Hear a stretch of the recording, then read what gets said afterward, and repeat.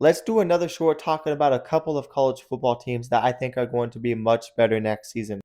Starting off with the Oklahoma Sooners, I know they got a lot of question marks, but John Mateer alone gives this team a lot of hype.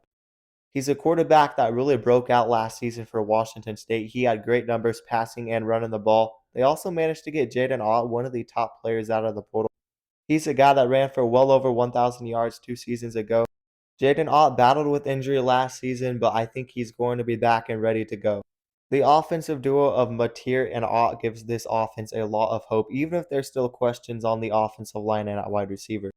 And defensively, they are nearly top of the country in return and production. They lost Danny Stutzman, but around him, they have a very good defense. Brent Venables is a great defensive mind, and if they can get very good quarterback play from Mateer, this team could be much better. This is probably one of the more unpopular college football takes, but I think Arizona is going to be much better next season.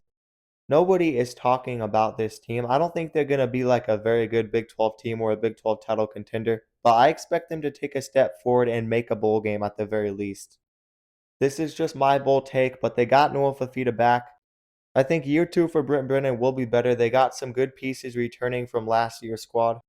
And I think they have a very underrated receiving core. They add Washington State's top receiver from last season and Chris Hudson. They also add a very good receiver from the group of five and Luke Wysong. They got a couple of their top targets back from last season, and their running back room is very solid.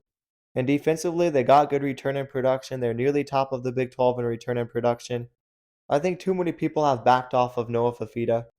There was a lot of pressure on his name last season, but I think he's going to get back to playing good football next season. But there you have it. That's going to do it for the show. I think Oklahoma and Arizona are going to be much better next season. You guys leave your thoughts down in the comments below, and don't forget to follow.